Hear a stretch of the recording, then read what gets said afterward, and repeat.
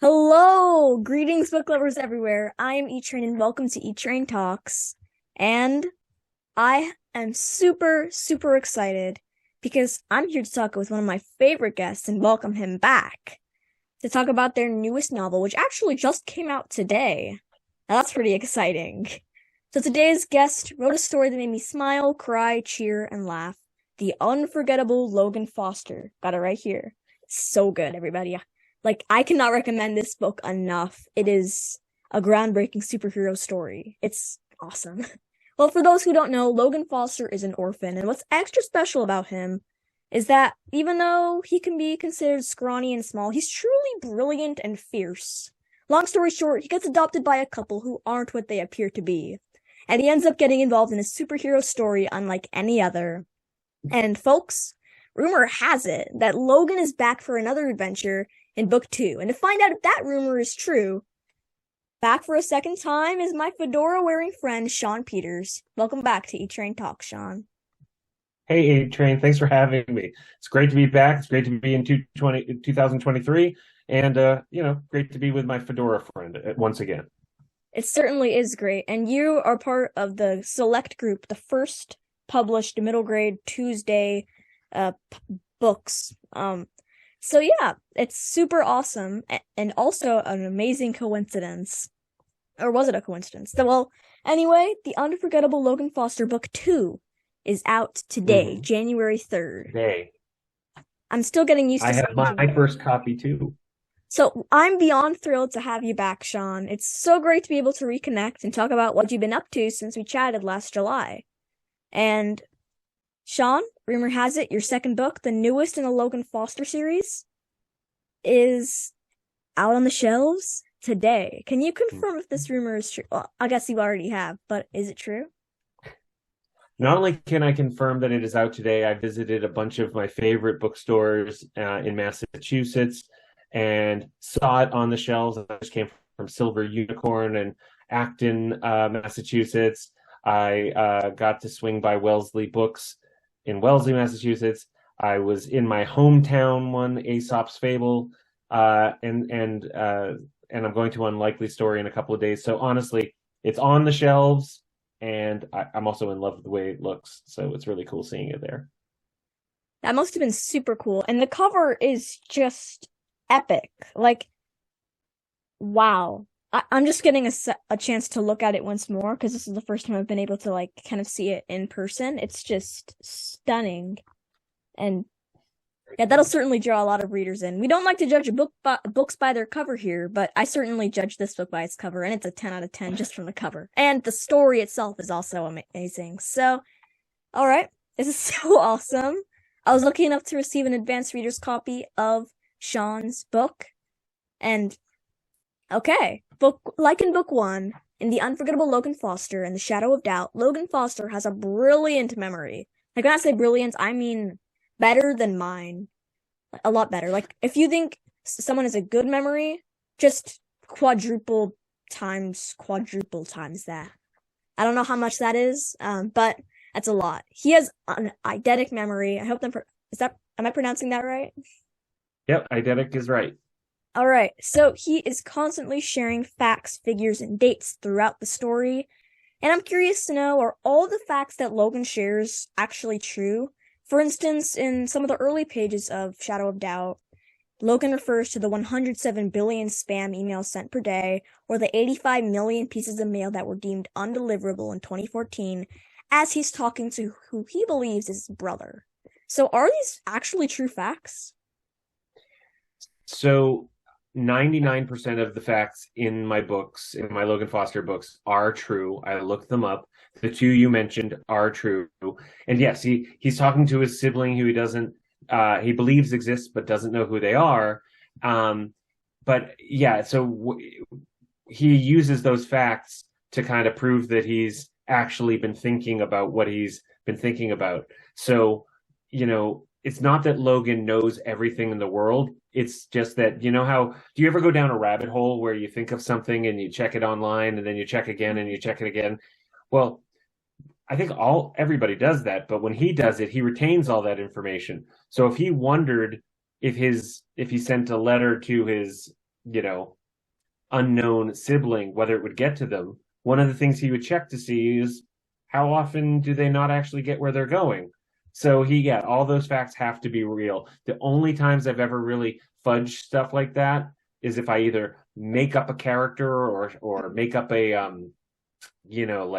like there's a cat that's on a lot of cat videos in this book, and I made up a cat video influencer named Princess Pernella. Or if I have to make up, a character's origin story, I may take a scientific fact that doesn't really exist to explain it. But beyond that, everything else is something I looked up. Wow. And that's a lot of facts. And it makes a lot of sense. You have to kind of fudge things around a little bit when you're making a character that is not real. So you have to have a backstory that's not real. So yeah, that makes a lot of sense. And my next question is, you may not know this, everybody, but I am the biggest pun fan of all time. They're very punny. I have a lot of pun when I say puns. And it just so happens, much to my enjoyment, that Logan's father, who also happens to be one of my favorite characters in your books, is a fan of telling puns too. And when I say fan, I mean he annoys Logan, not to death, although he's had some near-death experiences, but it kind of gets annoying at times for Logan. And anyway, I also know that you are a big pun fan. Do you find some of your puns online, or are you just all these puns, they kind of just come to you? So I wish I could say I grabbed them off the internet, and there certainly are. There's Reddit and there's Twitter and there's all these places where you can find puns. But I grew up I love puns because I love making them up, and I love making them up on the spot. So I plan very few of the puns in the book. They're all made up. That doesn't mean they're original because, in the sense that every pun has probably been made at some point or another, because wordplay has been around since before Shakespeare, and he used a ton of it. That's something I always say when people say puns are terrible. I'm like, well, Shakespeare did it. It makes me feel better. Yeah. And my father was a huge punster, and his name is Gil. Gil, the character, is named after him. So I gave that to him, but it's also me. And yes, I make them up on the spot, and it's usually not intentional. It's usually I'm just typing a scene of dialogue, and I see the opportunity for Gil to make a pun about something, and he just makes it. And in that regard, he's just basically being me, and that means I'm probably annoying people too. So, under a new identity, in order to stay safe from the Necros, Logan joins the Dungeons and Dragons Club. So, there he can kind of learn to pretend to be someone else, sort of like practice for all his superhero shenanigans. And I happen to know a few of my friends who are big into D&D, and are you a D&D fan? I am. And when I was your age, I played. Back when it was what's called Advanced Dungeons and Dragons, which now people say was first edition. It was a long, long time ago. And then I didn't play again until about 5 years ago. And my daughter got into it, and it got me back into it. And I love Dungeons and Dragons for all the things you just said, right? It's a chance to improvise. It's nerdy. There's a lot of heavy rules to learn, but it's also a chance to be something fantastical. So it's a creative outlet for me, and I definitely put it in the book because I thought it would be a place where Logan could find people that accepted him for who he is, because all of his skills play really well, except maybe he wouldn't be very good at deception checks. And one message in your story is about being kind and not judging others who are different than us. In Shadow of Doubt, Logan states that he doesn't like to prejudge people because that's what people often do to him. As a lover of facts, incorrect assumptions of people are often made without any concluding evidence, as Logan likes to say. So, do you live by the philosophy of not judging books or people by their covers? Boy, I'm trying to. I don't think any of us can do it. That's true. Entirely. But I don't think I'm a super judgmental person in general. Like when I meet somebody, there's some people you get along with great and some people you don't get along with immediately. But I generally try to come from a place of empathy, and I want to kind of understand their story and their motivations and what's the story they're telling, that motivates the reason they do the things they do. And I just don't think you actually can understand another person's story if you're imposing a judgment before you've heard it. Yeah. Once you've experienced somebody in terms of like hearing their point of view, but also seeing their actions, I think then you have some data. But yeah, I think Logan and I both try to come from a place of curiosity in general, and empathy, and be ready to be surprised by people. Find out what they want to share about themselves, versus what you have intuited from, a snap judgment. Which is funny though, because one of my favorite authors, Malcolm Gladwell, wrote a whole book about how those quick snap judgments, book called Blink, are actually really insightful very often. But it's just not how I want to live my life. I just feel like I can get off on the wrong foot too often if I were to do that. For starters, who's your favorite superhero and why? And also, just what has been your favorite part of writing Logan's superhero tale? Yeah. I get asked the question about my favorite superhero a bit. I usually say Thor, and the reason why I love Thor is, first of all, like we talked before, I'm a Dungeons and Dragons nerd, and so he's the one character that kind of appears in like Dungeons and Dragons stuff. Like there was a book in the original Dungeons and Dragons that was called Deities and Demigods, and you could learn all about all these different gods and deities and heroes from actual mythology, but they put them in Dungeons and Dragons terms, like what was their strength and what were their hit points and stuff like that. So he kind of crossed those two fandoms.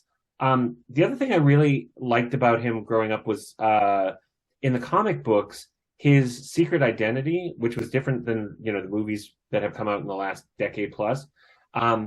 He was actually disabled, as in his personal. He walked with a cane. His hammer, when he wasn't Thor, when he was a doctor on Earth, was a cane. And I always thought that was really interesting, to make this maybe the most powerful being on the planet need a cane to walk around, when he was just his human version. And then I will admit, I love Chris Hemsworth. I think he's not only a fantastic actor, but an interesting dude. And so I'll give it up to Thor. And now I'm going to admit that I forgot the second half of your question, because it's fine.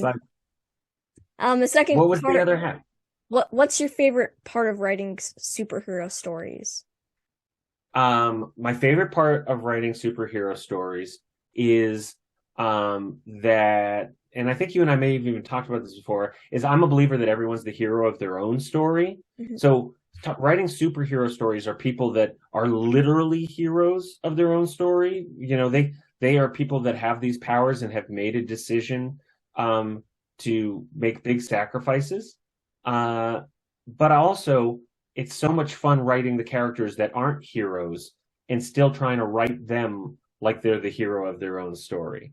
I get to make the judgment, and then the reader gets to make the judgment that who's the real hero and what makes one character a hero and maybe the other a villain. But I think that's my favorite thing about it, is to create these characters that are so powerful and then create stories where they have a justification for doing what they do with their powers. I love that. And in response to your Thor answer, I think that he's also one of my favorite characters. But also, I had no idea that he walked with a cane in the comics. I feel like that also kind of relates to, I know a lot of people really didn't like the new Thor movie, but I actually really enjoyed it. And how Jane, the Thor power was draining her. So I found that a really, I guess, heartbreaking and heartwarming storyline at the same time. Yeah. So, also Chris Hemsworth he's grown to be very funny in the Thor character as well. Yeah. I don't think anybody should be as funny and as muscular as he is, and I can't do either, so it makes me sad, but I still like him anyway. Do you have a favorite superhero character? I mean, I know you said you like Thor a lot, but let me turn it back on you. Oh, um, You weren't I, prepared for I, this. yeah, I feel like character Wanda, the Scarlet Witch, I've really grown to like her because Mm, even though she kind of had a little bit of a villain arc after WandaVision, she really had a mm. reason to be a villain. I feel like all villains in superhero stories, they have a reason, but hers just kind of stuck with me, how all she wanted was just to be with her kids, even if they weren't real. She just wanted to be with her kids again. Yeah, And yeah, we can all relate to it. And have you ever heard that expression, hurt people hurt people? yes, I have heard that. My mom says it a lot as well, so.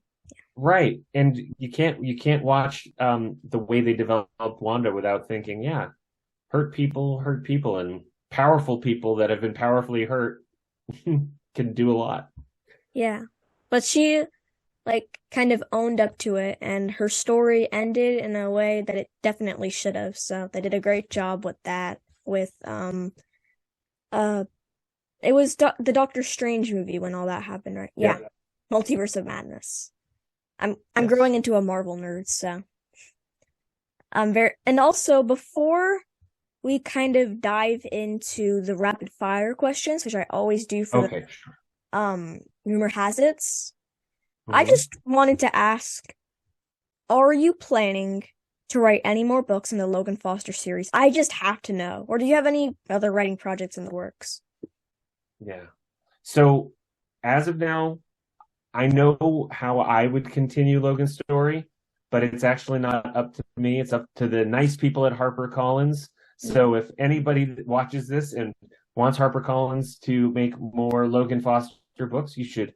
They're on Twitter. They have email. They are on Instagram. Let them know. But right now, I know what the next story I'd want to tell of Logan because I think that I've gotten to tell some really cool stuff about him learning to deal with emotions.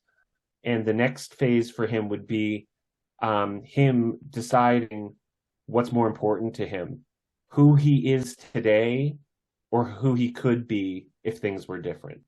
Um, and I think, again, that's something that I think it doesn't matter whether you're 12, 13, 50, 51. It's a decision people make all the time. Can you be happy with who you are, or are you always looking to be interested in who you could be?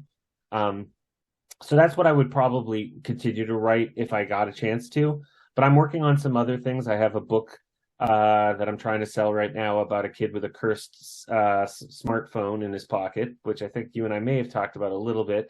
And I'm writing something else that I can tell you is not funny like Logan, but is it's a fantasy novel that is very connected to things that are happening right now. So that's all that I have in the works. Yep, it's time for rapid fire. And I did not send these questions to Shawn. No, So you do not. we're going to start off with one that I really like to ask. What is your favorite childhood book? My favorite childhood book was Danny, the Champion of the World by Roald Dahl. Hmm. And mostly it's actually one of the ones that has the least magic and Roald Dahl stuff. It's really just about a kid and his dad. I love that. And I have not, I actually, that's like one of the only popular Roald Dahl books that I have not read. Mhm. So I'll have to dive into it because Roald Dahl books are the best.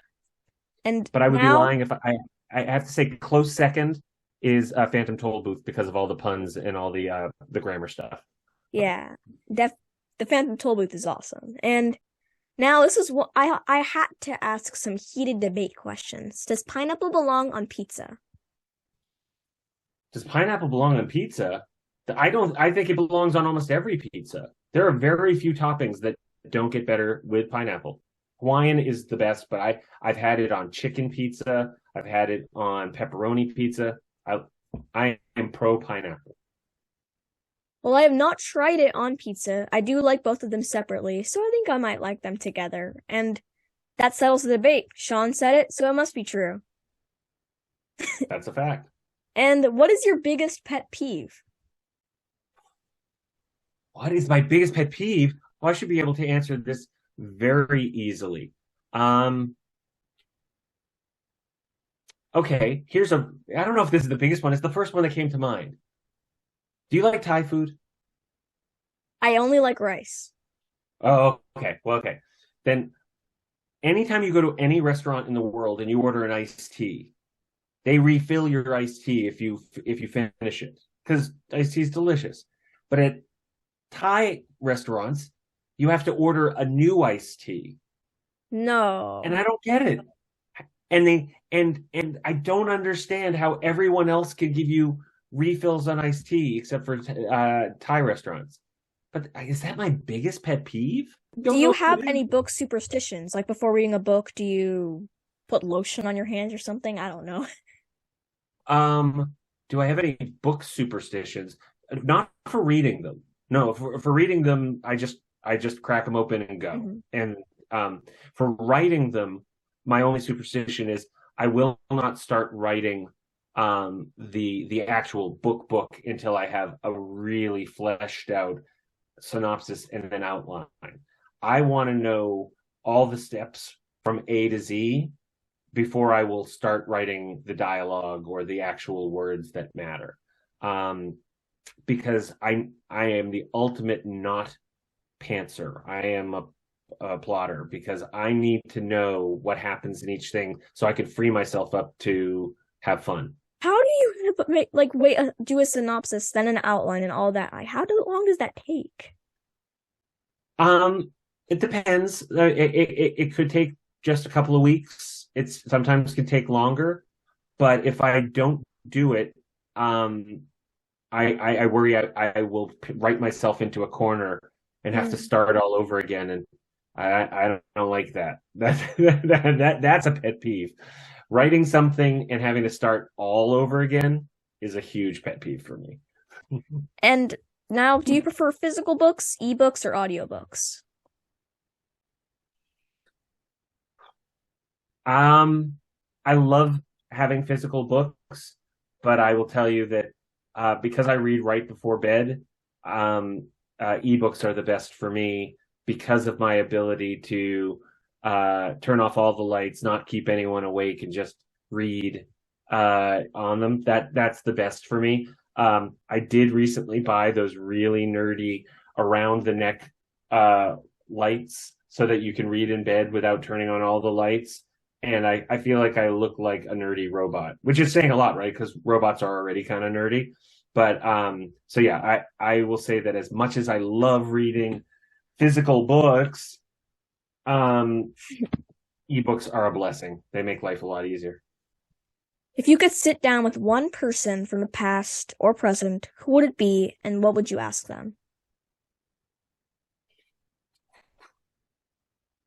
If one person from the past or present, um, boy, that is a really good question. I have a lot of different thoughts on that, and you're right. You didn't send this to me, and if you think I'm stalling, it's because I am. Um, I would love to sit down with Barack Obama. I know that's a weird. It seems it's a very, but people in the past, there are people I could think of, but I think that he did something in my lifetime that I wasn't sure I was going to get to see. And he was a president that I was proud to call my president, even when he made decisions I disagree with. So even if I got to sit down with him, I would get to ask him about those things too. That would be really good. But I'll be honest, maybe I would just be sitting down with him so that I could ask him to put my book on one of his or his Oh, yeah. First Lady Michelle's lists because those books seem to do pretty well too. Do you prefer cats or dogs? Although, actually, I kind of already know this one. If you read the book, you also would probably know. But Well, it might shock you to know that I have one of each. oh, So I could probably get in trouble, but I think cat videos are better than dog videos. Um, so can I just go there? Because I don't want to hurt I don't want to hear Millie's my dog and Nudge is my cat, and I don't want either of them to hear me saying I like one of them better than the other. But I will say I think cat videos are so much better than any dog videos. And this is my final rapid fire. What is your favorite quote? Doesn't matter the source, just favorite quote. Um, wow. Well, so in the book, Logan brings this up. There's actually a part in the book where he asks the reader if they have a favorite quote. And now you're turning this on me, which is deeply unfair. But I really like this one. And so I don't know if it's my favorite, but it's the first one that came to mind. And it is, if you think you can, or if you think you can't, you're right. Oh, that's a good one. Right. And it's just about mindset. It's that if you go into something thinking you can do it, you can. It may not happen right away, but persistence. But if you go into something thinking you can't do it, you'll be right almost every time because let's face it, you've already fallen short. So if you think you can or if you think you can't, you're right. I just loved hearing your thoughts and learning more about your writing journey, Shawn. And I hope that you receive those author copies of The Shadow of Doubt pretty soon. I'm gonna also ring up HarperCollins about that, and also I have a lot to push them about. Yeah. And it's just been so nice Driving the having you train. back on, Fedora friend. Thank you for having me. It's always fun. It's been I can't believe how long it's been since you and I talked, and just I continue to be impressed. You get to interview some really cool people, and you're doing so much cool stuff. And I just know that 5 years from now, I have a feeling I'll be wishing I could interview you. So just keep on going. But thank you for having me, and thanks for sharing the Logan love with all of your viewers and followers. Well, thank you, and I'm gonna keep on sharing the Logan love, and because your series, Chef's Kiss, I think it's probably I read a lot of books, probably top 10 ever, top 10 series, top 5, Oh, top. It's just awesome, and I'm gonna okay, I won't yell at HarperCollins, but I'll be extremely we need more Logan Foster books. We so do. And I think everyone else will agree. it means the world to me. Thank you, E-Train. I appreciate it. Yeah, I thank love you. having you in my corner. Well, I'll keep fighting. I'll be in your corner, and I want more Logan. I think we all want more Logan Foster books. So, and everybody, read the Logan Foster series. It is so good.